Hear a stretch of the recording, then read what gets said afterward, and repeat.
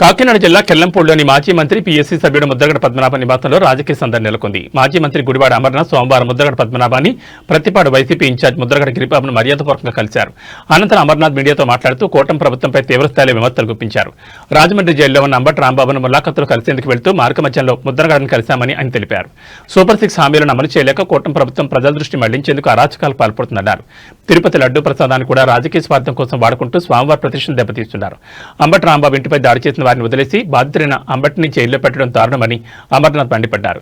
ప్రభుత్వం ప్రతిపక్షాల గొంతు నొక్కాలను చూస్తోందని, ప్రజలు ఇవన్నీ గమనిస్తున్నారని ఆయన హెచ్చరించారు. ఈ మధ్యకాలంలో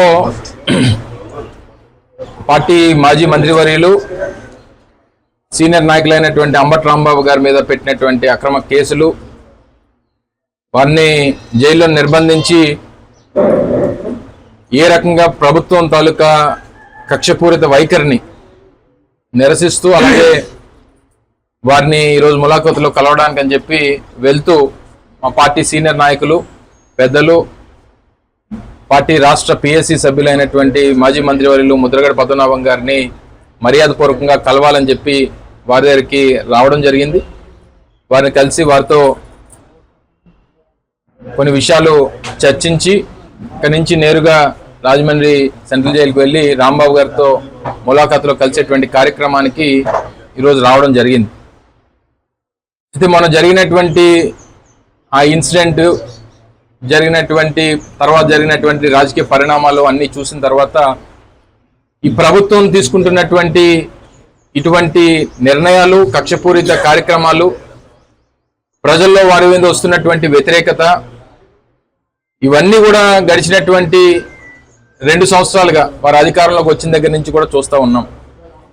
ఇప్పటికీ కూడా వారి తాలూకా ఆలోచన విధానం కానీ, ప్రజలు మనకు ఎందుకు అవకాశం ఇచ్చారు, మనకు ఎందుకు అధికారాన్ని ఇచ్చారు, ఎన్నికల ముందు మనం ప్రజలకు ఏం మాట ఇచ్చాం, ఇవన్నీ పక్కన పెట్టి కేవలం వైఎస్ఆర్ కాంగ్రెస్ పార్టీ నాయకుల్ని ఏ రకంగా ఇబ్బంది పెట్టాలి, ఏ రకంగా కేసులు పెట్టాలి అనేటువంటి దాని మీదే ఈ ప్రభుత్వం అంతా కూడా పనిచేయడం అనేటువంటిది చాలా శోచనీయం.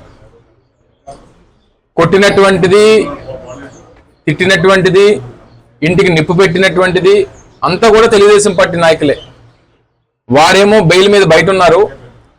కొట్టించుకున్నవారు, తిట్టించుకున్నవారు, ఇంటికి నిప్పు పెట్టించుకున్నటువంటి అంబటి రాంబాబు గారు మాత్రం జైల్లో ఉన్నారు. ఇది ప్రభుత్వం తాలూకా విధానం అనేటువంటిది ప్రజలు గమనిస్తూ ఉన్నారు. చివరికి రాజకీయ అవసరాల కోసం తిరుమల తిరుపతి వెంకటేశ్వర స్వామి వారి తాలూకా ప్రసాదాన్ని కూడా రాజకీయానికి వాడుకునేటువంటి కార్యక్రమానికి దిగజారిపోయింది ఈ ప్రభుత్వం.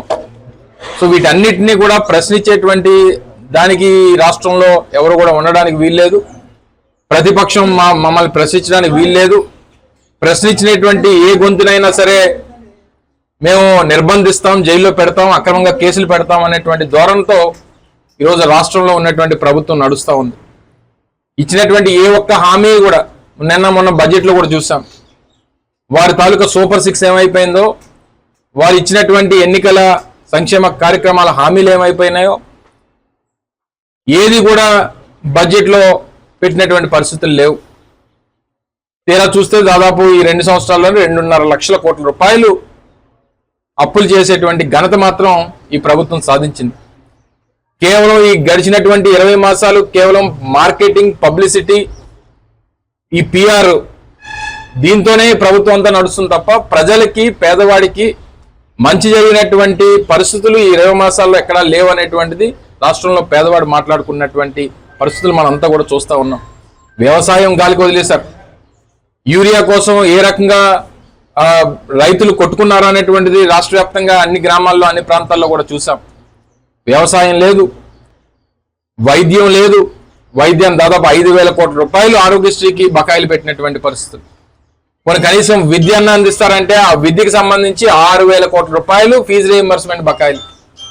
వ్యవసాయం లేక, వైద్యం లేక, విద్య లేక మరి ఇంక ప్రభుత్వం దేనికున్నట్టు, చేస్తున్నటువంటి అప్పు ఏం చేస్తున్నట్టు ప్రజల్లో ఒక క్వశ్చన్ మార్క్ అనేటువంటిది.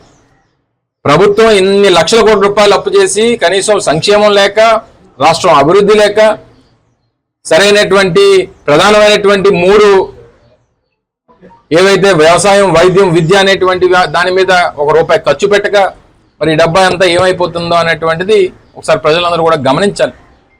సో తప్పకుండా రానటువంటి కాలంలో మీరు ఎంత గొంతు నొక్కాలని చూస్తే అంతకు రెండింతలు ప్రతిపక్షంగా వైఎస్ఆర్ కాంగ్రెస్ పార్టీ జగన్మోహన్ రెడ్డి గారి నాయకత్వంలో మరింతగా ప్రశ్నించేటువంటి బాధ్యత వైఎస్ఆర్ కాంగ్రెస్ పార్టీ తీసుకుంటుంది. మీరు జైల్లో పెడతాం, జైల్లో నిర్బంధిస్తాం, అక్రమంగా కేసులు పెడతాం, నెలల పాటు జైల్లో ఉంచుతాం అంటే మీరు ఎంత ఉంచినా సరే మీరు చేసేటువంటి ఈ కార్యక్రమాల ద్వారా ప్రతిపక్షం తాలూకా గొంతు నొక్కుతున్నాం అనేటువంటి అభిప్రాయం మీకుంటే అది మీ అమాయకత్వం అనేటువంటి విషయాన్ని మరొకసారి ఈ ప్రభుత్వానికి తెలియజేసుకుంటూ రెడ్ బుక్ రాజ్యాంగం అమలు చేయడం లేదా అక్రమంగా నిర్బంధించడం అనేటువంటిది మాకు అలవాటు లేదు. కాకపోతే చేసేటటువంటి ఏ ప్రతిచర్య వారు చేసినటువంటి వైఎస్ఆర్ కాంగ్రెస్ పార్టీ నాయకుల్ని కార్యకర్తలు చేసినటువంటి గాయాల్ని పెట్టినటువంటి అక్రమ కేసుల్ని దాంట్లో బాధ్యులైనటువంటి అధికారుల్ని ఎవరిని కూడా రేపు అధికారం వచ్చిన తర్వాత విడిచిపెట్టేటువంటి ప్రసక్తే ఉండదు. అది కూడా మేమేదో వాళ్ళగా ఒక ప్రైవేట్ రాజ్యాంగాన్ని నడపం, వాళ్ళ ఒక ప్రైవేట్ రాజ్యాంగాన్ని రచించి దాన్ని అమలు చేసేటువంటి బాధ్యతలు ఉండవు. చట్టరీత్యా అంబేద్కర్ గారు రచించినటువంటి రాజ్యాంగం ప్రకారం ఈ దేశంలో ఉన్నటువంటి చట్టాల ప్రకారం ఏ రకమైనటువంటి చర్యలు తీసుకోవాలో అన్ని చర్యలు తీసుకుంటది వైఎస్ఆర్ కాంగ్రెస్ పార్టీ ప్రభుత్వం అనేటువంటిది వారికి తెలియజేస్తా ఉన్నాం.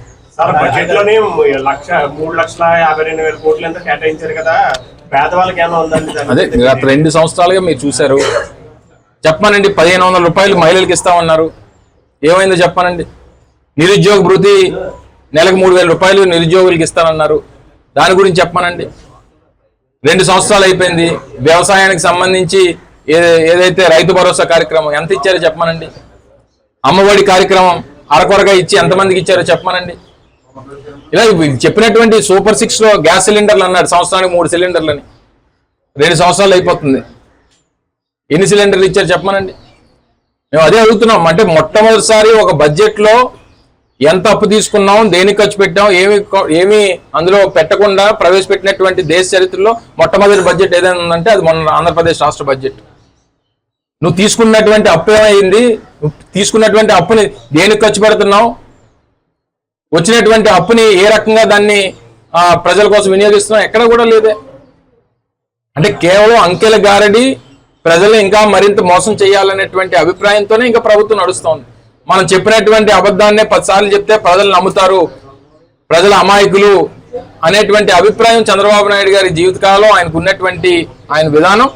దానికి తగ్గట్టు ప్రజలు ఇంకా అమాయకులు కాదు, దానికి తగ్గట్టు ఏ రకంగా సమాధానం చెప్పాలనేటువంటిది తప్పకుండా సమయం వచ్చినప్పుడు చెప్తారు.